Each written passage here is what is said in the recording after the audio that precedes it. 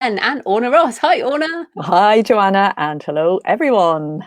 We are back. And today we're talking about the tools, the most useful tools and software, and maybe a little few services for indie authors. And we're going to share some of the tools we use in writing and formatting to sales tracking and productivity and all that. So listen in as we talk about that today.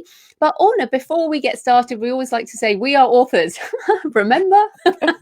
And we are writing and doing stuff ourselves. So give us an update from the Alliance of Independent Authors. Yeah, so it's all about books and resources at the moment in Ally. So we had a major kind of an upgrade of everything over the last, it's a year now. I can't believe it. It took us ages. It's over almost.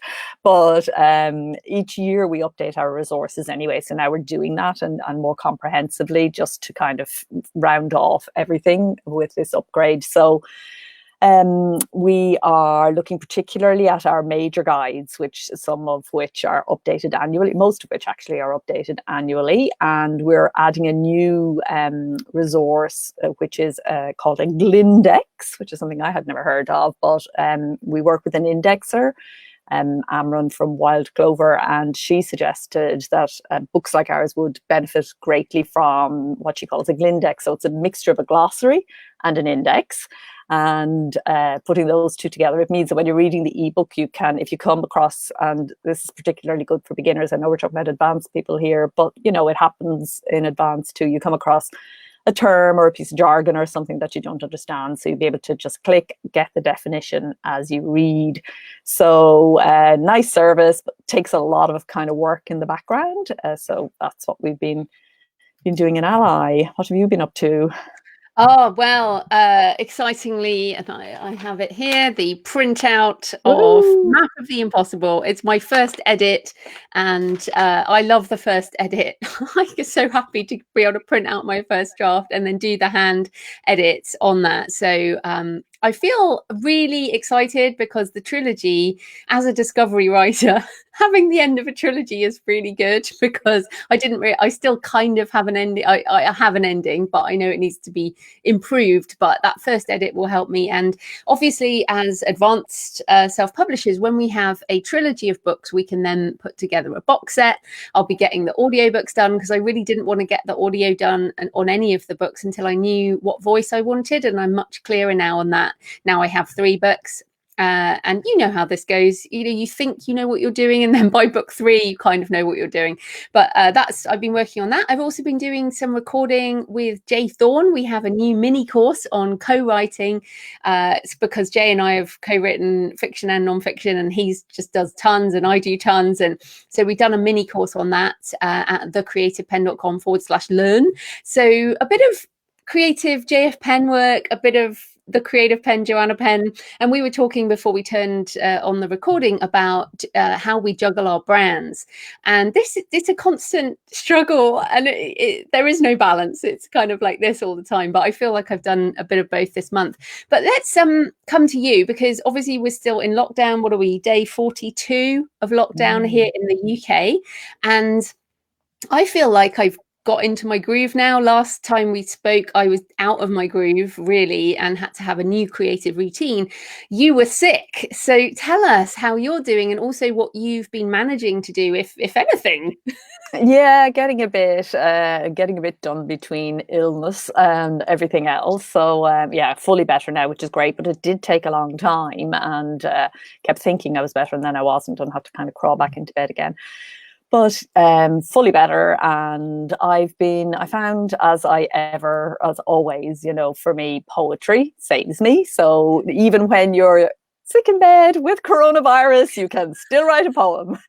So I got another little chapbook together. So that's the way I publish my poetry first. Always put them into one of these little babies. Oh, is it And called COVID poetry or something? no, it's just that's funny. Only some of them will be that, just the last few. But yeah, I just find it great. And I'm coming up to number 10 of those little chapbooks. So that's each one has 10 to 12 publishable poems. So that's over 100 poems now. So I think I can. It took me a long time to be able to call myself a poet, but I think I can now, having done. And are you going to do a box set of? Yes, I do.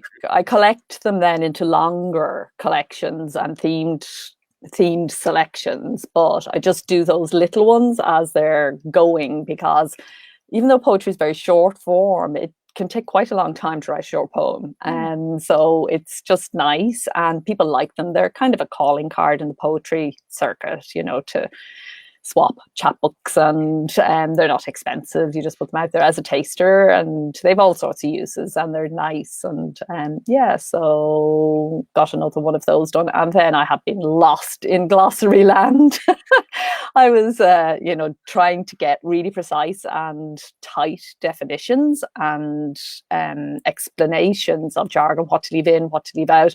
At first I was there, my heart was sinking, and then I got so nerdy and so into it all. So we have now a really comprehensive glossary, I think, of course we've left something out and somebody's going to say you didn't put in blah blah blah blah, and we can, as all our books are updatable, so we're open to anything that we may have forgotten, but we circulated it a bit, and I think we have pretty much everything there, and really happy about that. So that will be a standalone in itself, but it will also be at the back of each of the other guides. So yeah, not bad month's work considering.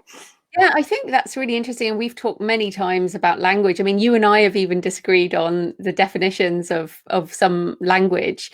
And I mean, even when we first met, like back in 2012, whenever it was, the definition of indie, the indie author, the independent publishing, the independent publishers did not like the term. And, it's so funny. Absolutely. Yeah, this all evolves, and we have to claim what we mean by language and reinvent new language, right? So I'm interested in reading that. When's that going to be out?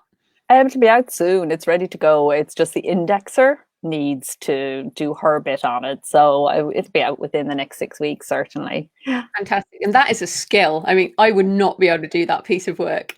That is not my gift. I just don't care enough. It's not exactly my thing either, but I did care because I do think it is important that some of these terms, we use terms quite loosely, and sometimes people are having a conversation and they think they know. We had something recently where we were talking about vanity publishers, and I was talking about one thing, this other person was talking about another thing. We both assumed we were each talking about the same thing, and actually it led to really a big mess for both of us. So this is just essentially an attempt to get beyond that kind of thing. Fantastic. Right, let's get into the topic for today, the most useful writing and publishing tools for independent authors. And we are going to start with just a general thought on this, because we were both talking again before we got on about how we've just changed video management tools and how that's changing our perspective. So the first thing to think about with any tools is that there's never going to be one thing that does everything, and you have to decide what the best of breed tool is going to be. Plus that is going to change over time. Like, we've been doing this for over a decade. Things change all the time. What else, Orna, should people realize before we even get into the details? I think we're not going to talk about services. That's a slightly different thing. We're going to try and keep it to tools and software, that kind of thing. Obviously, we've spoken lots about services over the time. This podcast is sponsored by the wonderful Ingram Spark, and we're all indebted to all the services. But if we started looking, when you get into marketing and promotion tools, do you talk about BookBub? Then, who else do you talk about? And we'd have been here all night. So we're sticking just to a narrow sort of definition. But I would like to say that if you have not fully worked out who the best services are, there are two things that Ally does for that. One is the Watchdog desk, and John Doppler, who heads up the Watchdog desk, has a very comprehensive guide to the services sector, and that's choosing a self-publishing service. available free to members in the member zone, and we also have our vetted directory of services. So that's the place to go for that. But tonight it will be tools. Indeed. And so the other thing up front really is that many of the things we're talking about, they might have free trials, but they also cost money. So you do need a budget. But this is the Advanced show, and we're talking about running a business. And everyone who runs a business invests in tools to help them run their business. So that is our attitude going into this. And I think that attitude is important. I guess the other one is learning. You are going to have to learn things to use these tools, and I'm one of those people who never reads a instruction manual. Or TFM. I just give it a go, and then over time I learn new things. But I am getting better at this actually, because I've realised that some things are just too complicated. And in fact, I do my own tutorials on stuff now. So we'll come to that as we go through. But let's start with writing and editorial. So, author, what author? Orna. Author Orna. Author Orna. What are your writing and editorial tools? My go-tos. Well, it all starts with dictation tools. So I've long been an advocate for Dragon Dictate. I find them fantastic, but a lot of the devices have caught up, and the audio that you get just on your phone, Audio Dictate is really excellent. So I literally couldn't do what I do, and I still do use Dragon because I find it better on desktop than anything else that's available. But yeah, and then it goes into Scrivener. Scrivener is my writing software of choice, and those two really, for the writing phase, they're the two that I rely on most. Yeah, and I mean, this is the classic thing. We say things change over time, but I've been using Scrivener for a decade, and I still can't see any reason to change for my writing software. Although, we'll come to formatting, but we used to use it for formatting and we don't anymore.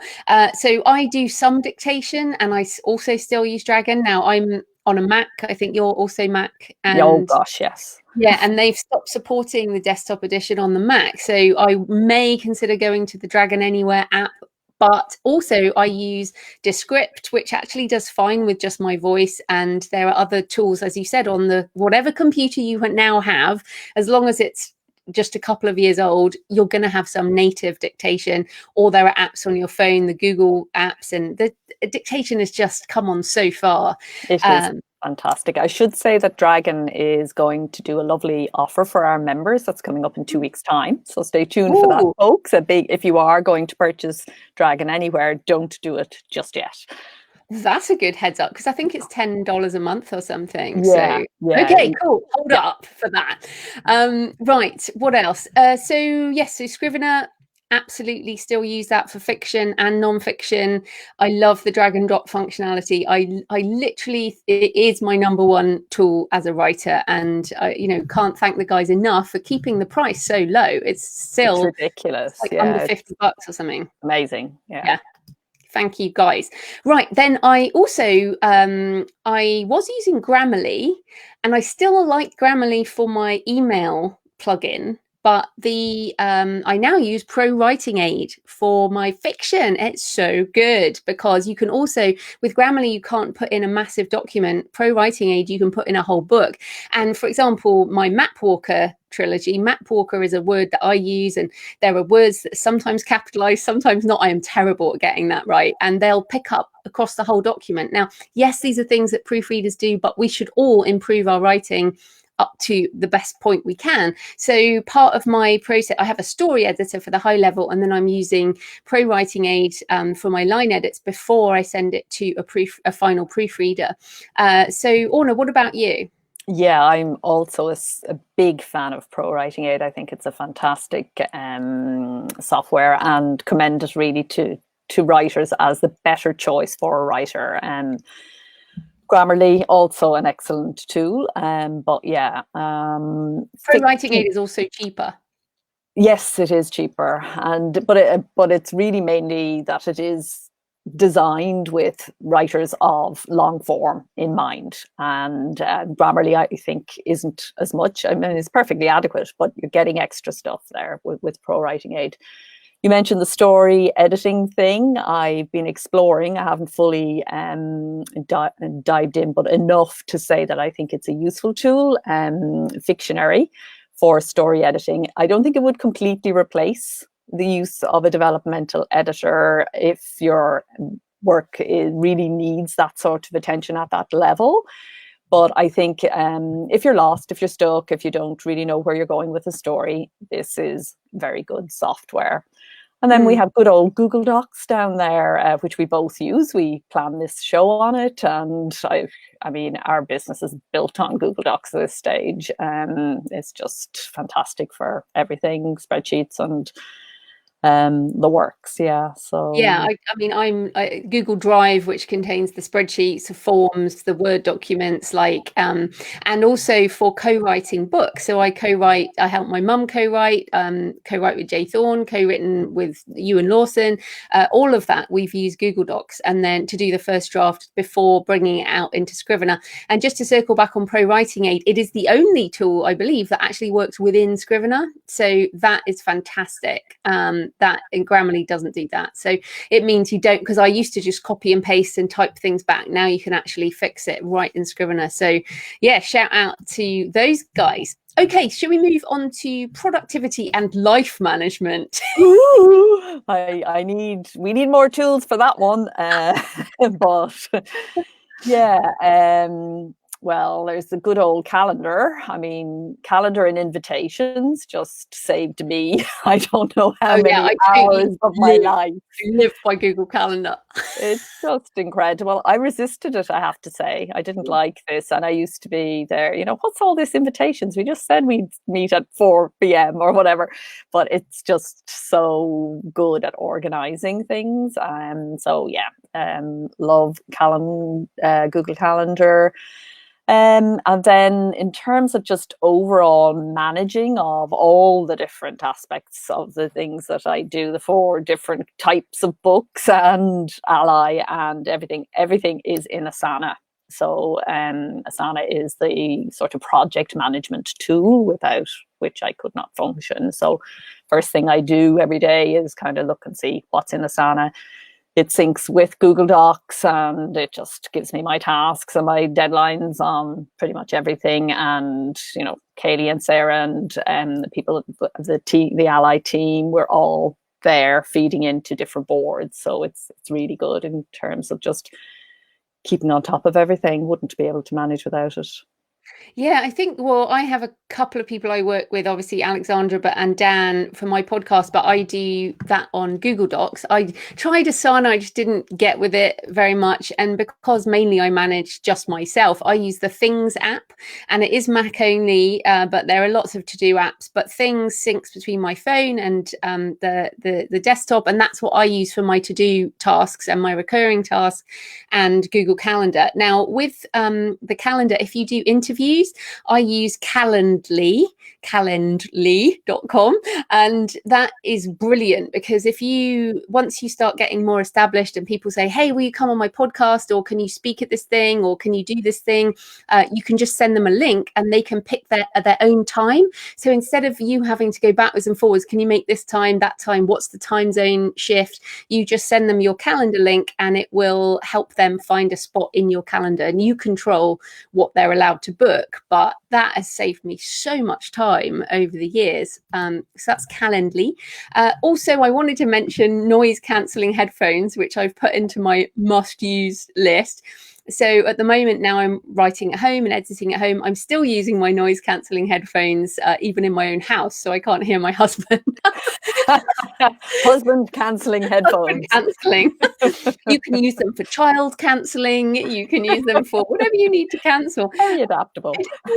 And I use them when we're allowed out again. I use them in the writing cafe to concentrate on my writing. So yeah, I use the Bose Quiet Comfort, I think they're called, and I just love them. They were expensive, but boy, they were worth it. Although the AirPods, which I also have from Apple for just podcasts, they now have a noise cancelling version. Obviously, these are pricier items, but you have to look at what makes you most effective. And what we're talking about here are the things that help us become most effective. And it is trial and error. And I resisted noise cancelling for so long, but boy, it makes a difference to get into the zone in order to create. Do you use anything like that, Orna? I don't. Occasionally, if I am having trouble focusing, I'll just use a meditation noise. I know you used to use raindrops, didn't you? And then I still listen to a lot of rain. Okay, I thought when you went home, you changed the track. Also, I was Game really of interested in Thrones, that. yeah. Sorry? The Game of Thrones soundtrack as well when I'm writing, but editing, I've gone back to rain. Back to the rain. Okay, that's really interesting. So yeah, I would occasionally, but I'm fine if I have silence, and I don't mind if I'm in a cafe and I've got all that kind of buzz around me. I'm kind of able to zone it out. So it's not something I've felt the need for, I guess. But I really want to second what you're saying about not denying ourselves these things that can make all the difference. And if you find something, beg, borrow, or steal what you need if it really helps you to produce more or to just be happier in work, whatever. There's so much, the odds are against us as creatives, especially at the beginning. And I know this isn't a beginner's show, but the odds are against us in terms of, will we finish the book? Will we get it out there? Then will we publish it? Will we, there's a lot of stuff. So anything that helps, do take it, do take the opportunity. I hear too many writers saying, I can't afford that, while they can afford things that, are just as expensive, but in different zones of their life. So yeah, give yourself those tools. Indeed. And Mary Claire says they are in high demand at the moment. The husband cancelling husband. Yeah, indeed. No, that's fantastic. Okay, so let's move on to design and formatting, because, this was one of those moments a few years ago, 4 or 5 years ago now, when we all used to use all these different things, and then vellum came on the scene and the word spread through the indie community like wildfire. There are people buying Macs, like moving from PC to Mac because it's Mac only. Sorry, everyone on PCs.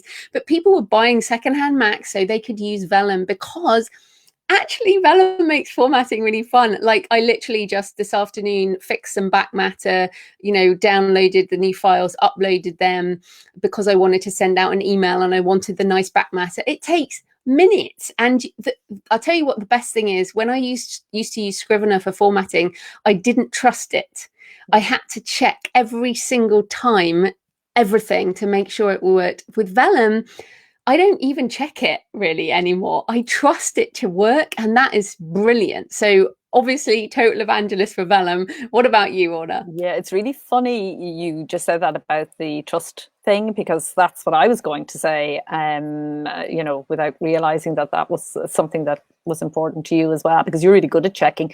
I used to be in just convulsions of worry because I'm so bad at formatting, and also had a number of experiences where I actually used to get formatters, and the problem with that is you don't have the control over the text. You can't make changes in the same way. You have to go backwards and forwards, and that didn't work. So using Scrivener, I botched it a few times, and I was just always worried. So I'm not worried now. It's so clear. I've never seen actually a tool that made such a difference. All the tools we're talking about here this evening are wonderful, but this one was such a game changer. And again, it's being kept at a very reasonable rate for what it does. You can buy it outright for the cost of one format. I think it's really incredible, and the guys are so dedicated. They're constantly doing amazing updates that fix things, and they've got plans for how they're going to keep on improving it. And yeah, vellum. Yeah, and Adrienne says I use Vellum via Mac on Cloud or Mac in Cloud on my PC. Works perfectly. Thank you. And yeah, I was going to say Paul Teague actually has a tutorial on how to use Vellum on a PC, and it uses the Mac in Cloud, which is you can access and run it in the cloud. So if you are there, Lorna says, is there any chance of Vellum being produced for the PCs? I've interviewed the guys. They are Mac guys all the way. In fact, one of the Brads or both of them used to work at Apple. They are Mac guys. It won't be on PC. They care too much about beautiful design. Sorry, PC people. And I will say that some people do find it is quite restrictive, because they deliberately have kept it that way because we can get a little creative authors with our fonts and our headings and things. So it's quite restrictive in terms of what it will and won't let you do. What it will do is produce a very elegant and very simple book, but you might not like how it does your title or your headings or whatever. It is, I do know a few people who said, no, I can't use it because that heading just annoys me or whatever. So it's not maybe for absolutely everybody, but yeah. Fair enough. But it is, and if you want a free option, Draft to Digital and Readsy, and obviously Kindle have their own version, lots of free ways you can publish. We're just saying what we use in this episode today and what we are passionate about. But to be passionate about formatting is hilarious because I really did not enjoy it in the old days. I still don't do my print formatting. I work with wonderful Ally member JD Smith Design, Jane. Oh. Who does my print formatting because I just don't, like I said about the glossary, there are things I don't care about, and print design. One of the things I absolutely love about Vellum is that you can literally at the press of a button generate your ebooks and your print and your large print, and you have to go through it and change just to make sure you don't have widows and orphans and the things fit, but really it's a very short and small check, and I love the fact that it does my print as well. Right. Okay. So then we've got production and distribution. And because we're not the 101 show, we're not going to tell you how to self-publish because there are lots of help on the 101 podcast and also on the Ally website. But what we should do is mention Ingram Spark because they are the sponsor of the show and we have a special code, don't we, Orna? Yes, Ingram Spark has a code. Now, all Ally members have the Ally code, which is 100% free title setup and revision anyway. But we are aware that there are people who listen into the show who don't, who are not members of Ally. We don't know why, but, that is their choice. No. Joking aside, for non-Ally members, this code will actually give you free title setup and revisions during the month of May until the 31st of May. So pens to the ready, people, and we will have it in the show notes. It's Ingram Spark 2020. All caps. All one word, all caps. Yeah.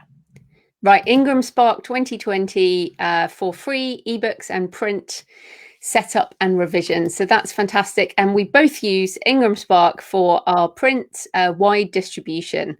So, right, we're not going to go any further into publishing because we talk about that all the time. So let's talk about marketing and promotion. Now, again, we had a big discussion about how much do we get into this because there are so many things that we potentially use for marketing and promotion. But what are what is the basic level, Orna, that people need?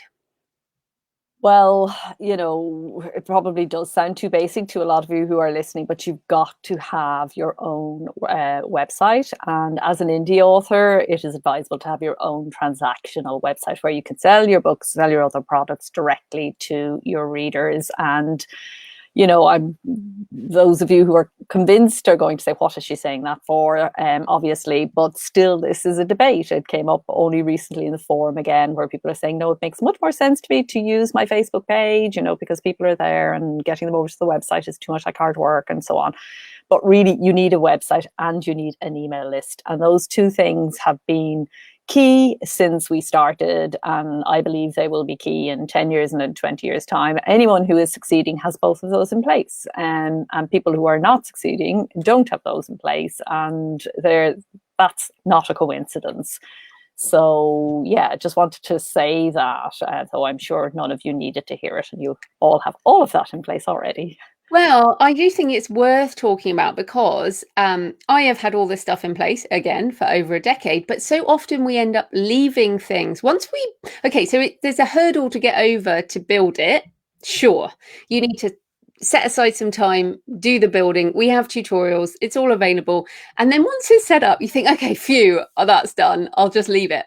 But the other day I went back through my JF Penn sign up for my free book. We set up the reader magnet, and then you realize it's been 3 years since you actually updated your email subscribe, autoresponder series. So I've just been through that going, oh goodness, has that been there that whole time? And that's kind of embarrassing. And then also talking about social media, I went onto Facebook, my Facebook pages for JF Penn and the Creative Pen, and I realized that I wasn't having a call to action to my sign up. So I actually changed my Facebook page headers for the first time in years, and they have a call to action to the button, and the button links to my email sign up. So look, this is all of us. We all have to review our setup every now and then. I've been changing some signups. I've been, updating all these things. So like we update our back matter. I'm updating books that are sort of 7 years old at the moment to change the back matter because things have moved on. So this is another thing about tools. It's not just once set and forget. It is revisit every year, every 2 years, maybe sooner. Yeah, maybe even sooner, because things are moving fast in this publishing tech arena, and there are great things coming on stream. And it's hard. It's easier for some people than others. Some people are just naturally better at tech and sinking in, getting on with it and getting it done. And then if you have to change, for some people, it's hard and your heart sinks. But I think you've got to go, referring back to the attitude thing, the attitude has got to be, this is going to change. This is for now. This is the best, this is the best tool for me for now, but I know this is going to change, and I am willing to change with it when it makes sense. I think that's really kind of important.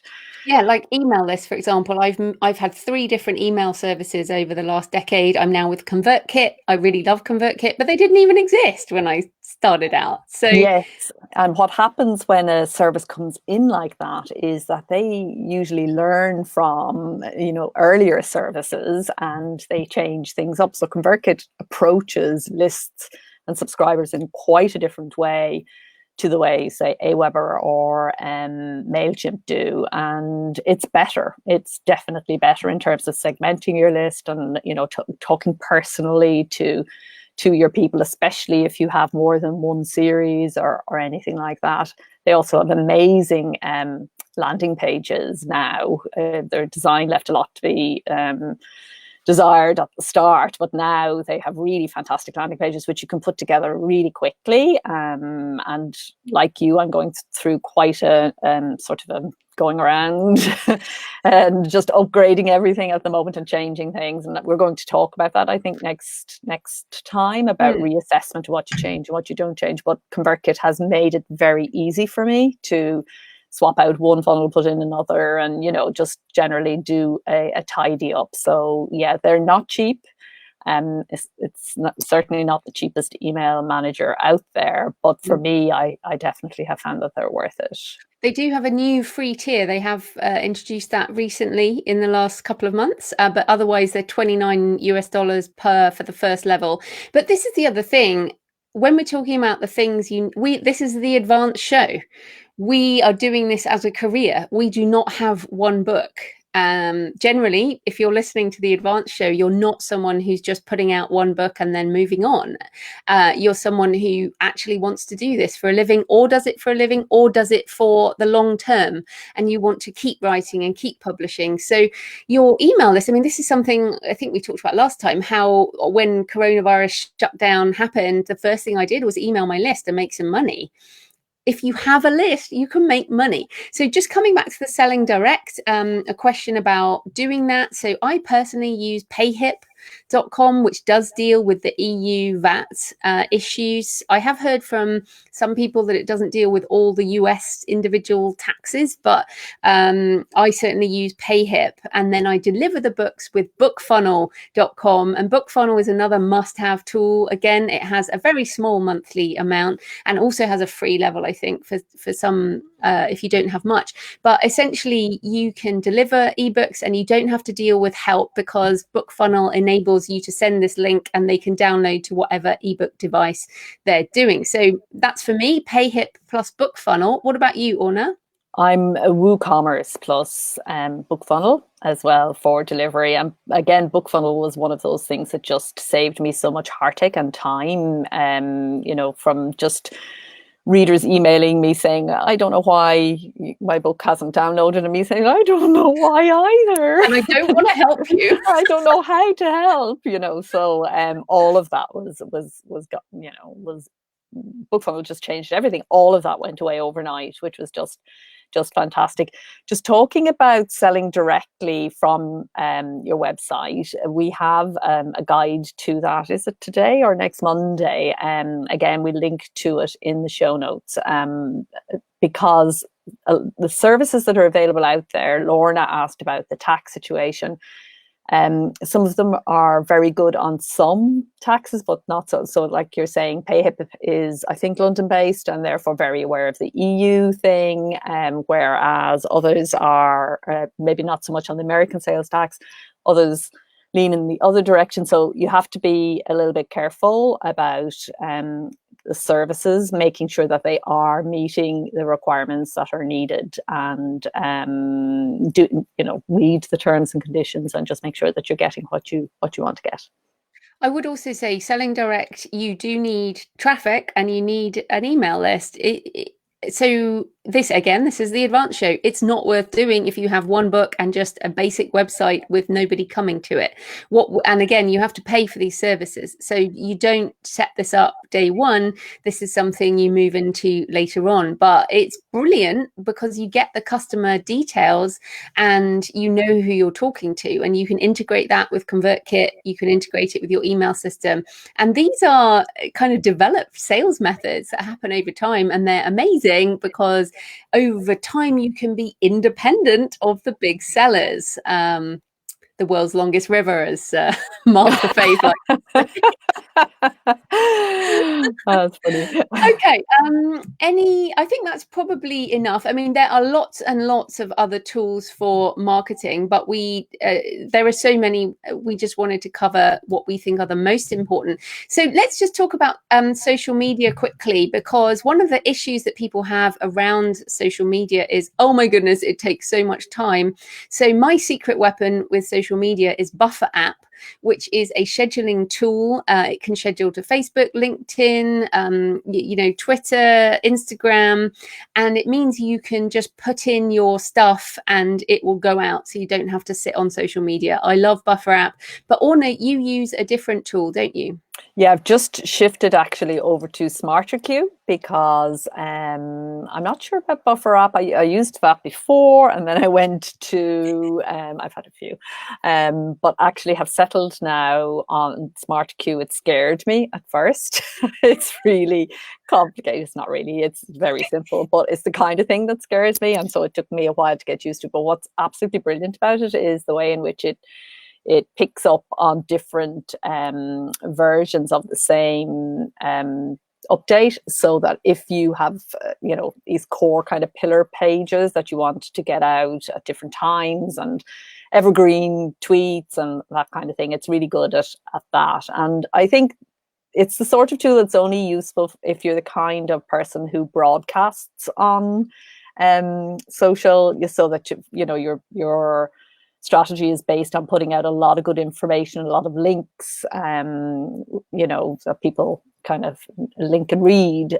I'm not so sure that it's necessary or good if your strategy is more about engagement. And but yeah, I really like it. It's really, really good, again, at taking in the whole lot of what I do. So it can handle the ally books and the Go Creative and the poetry and the novels and not get them mixed up. And So it's very effective in that way. And one thing I would say about social media, just before I leave it, and SmartQ has helped me with this, is I used to have everything all mixed up on all the different platforms. And one of the things I'm doing as part of this reassessment is allocating different platforms to different aspects of my work. So only poetry on Instagram, only Go Creative on Twitter, Orna Ross, so just getting very specific. And that's been very helpful in terms of just tidying up and being clearer for people,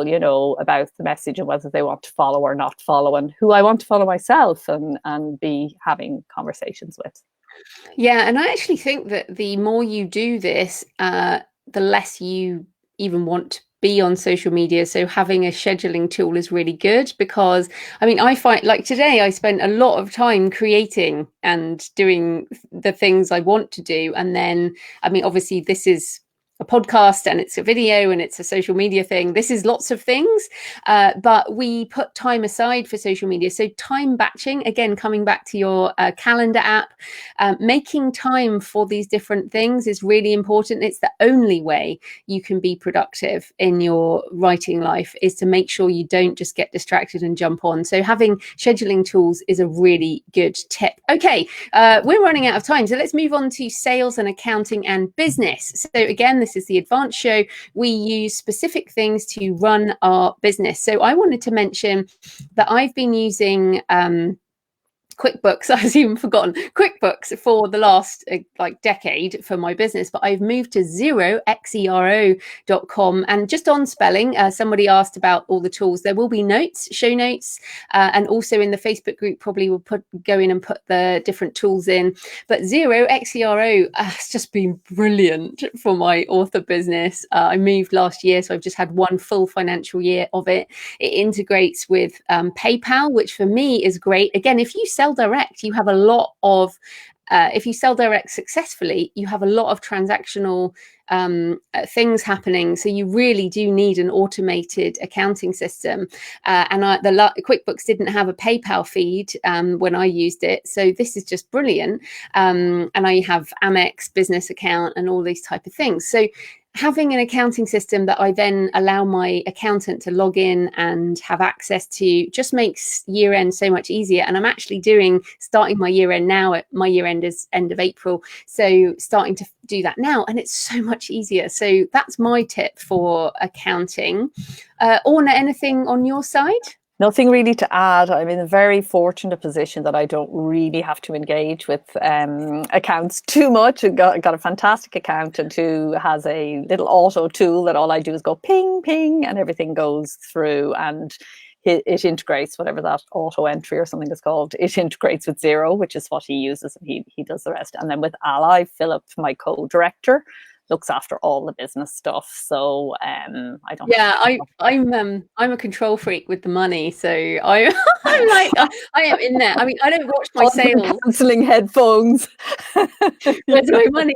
But no, Julie Cordiner says, how do you manage all the different currencies? I manage PayPal in 2 currencies, US dollars and GBP, and then my accounting is in GBP because I'm in the UK. So you will have to set those things up. But obviously PayPal has multi currencies, but I manage those 2 different currencies. We manage 5. Yeah, so it does get complicated, but it's not just that complicated. PayPal makes life very, very easy, actually, and the more your business develops, I think the more you come to like PayPal.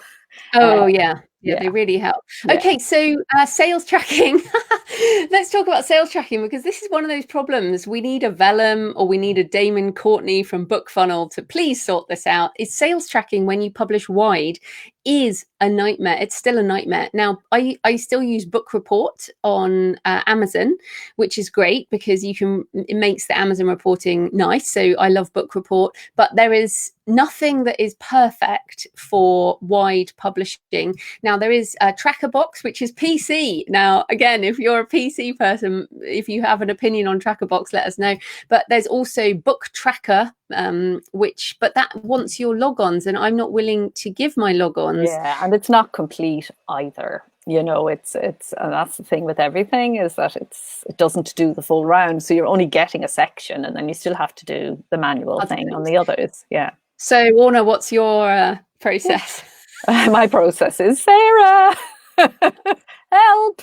Yeah, we're manual. It's Google Docs basically, and just note everything. And quarterly we do the reports, but I couldn't manage it on my own at all. And so it's I really want somebody. Why hasn't anybody done this? We really need this tool. Maybe somebody's working on it right now. If they need anybody to help them for their beta, we are here. We'd love to help, because this would really make a difference in people's lives, you know, I to have it. personally think that the number of authors who are wide at the level who will pay for this tool are probably smaller. Book Report does very well at aiming for the, like if you're in KU, Book Report really does deal with a lot of stuff. If you are one platform only, then this is fine. Yeah. But if you're wide, if you distribute wide, which is a much smaller number of indie authors, then I think, I say that anecdotally, but it's increasing, you know, all the evidence is that it is increasing, and it's only going to grow. I think it is a tool. I hear what you're saying right now, you know, with the Amazon, with the longest river in the world situation, in, you know, perhaps people haven't felt it's worth doing. I really do think it's worth doing, because things have settled, and there are sort of the big five self-publishing services, and to be able to integrate all those into one tool. Ethan Ellenberg, the literary agent that we work with on the rights front, his son is exploring something that might step into this arena, but it's quite a way off. So the lovely Dave Chesson is here. Dave Chesson from Kindlepreneur. There's the guy to do it. Publisher Rocket, which is a tool we also love. Dave Chesson said, I tried building a full reporting system over a year and a half ago and shut it down after a year of programming pain.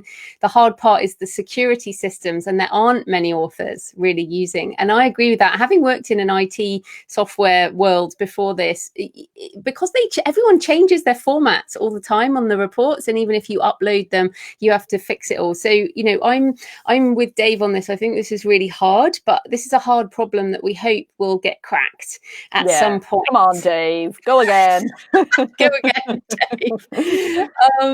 Dave. Right. So, yeah, I mean, again, at the moment, for example, I'm running ads on Apple.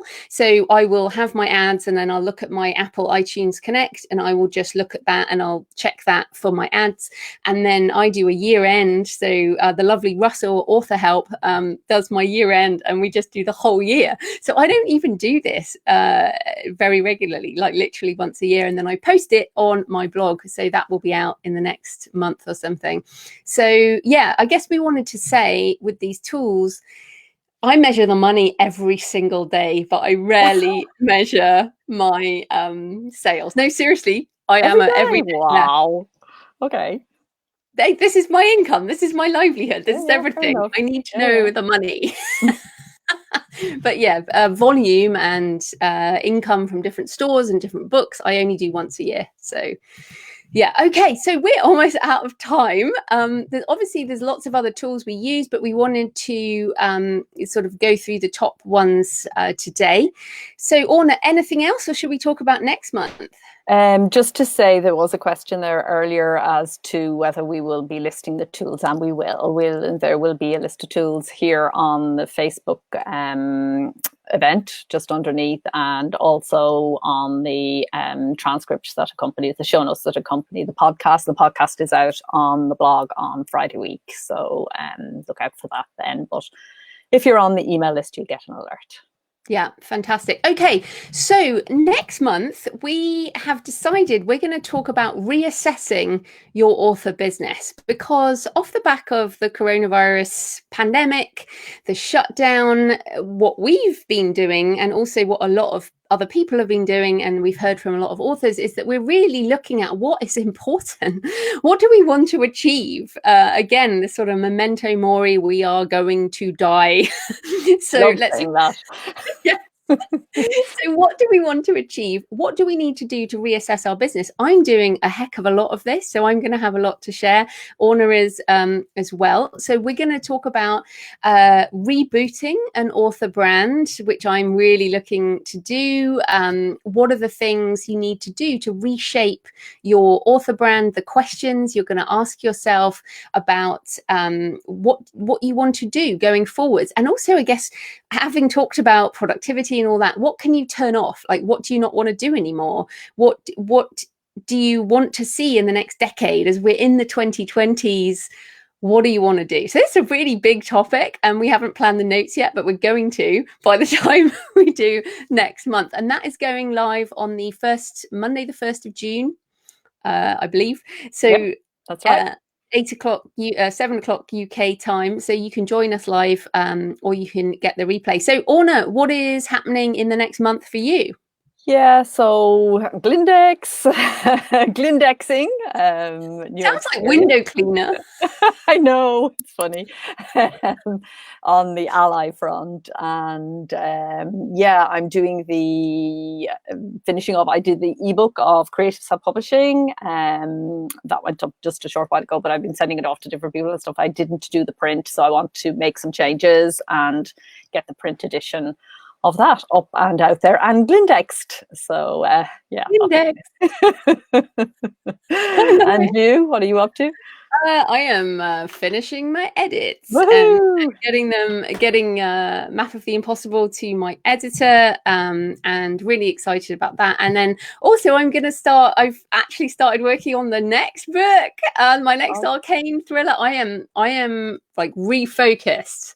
So I'm going hard this year, especially since we're locked down. I mean, my April and May, I was meant to be traveling, speaking in Nashville, and all of this, and that is all out the window. So I'm just doubling down on fiction. So thanks everyone for joining us, and I guess happy writing. Yes, indeed, and happy publishing. See you next time. See you next time. Bye. Bye.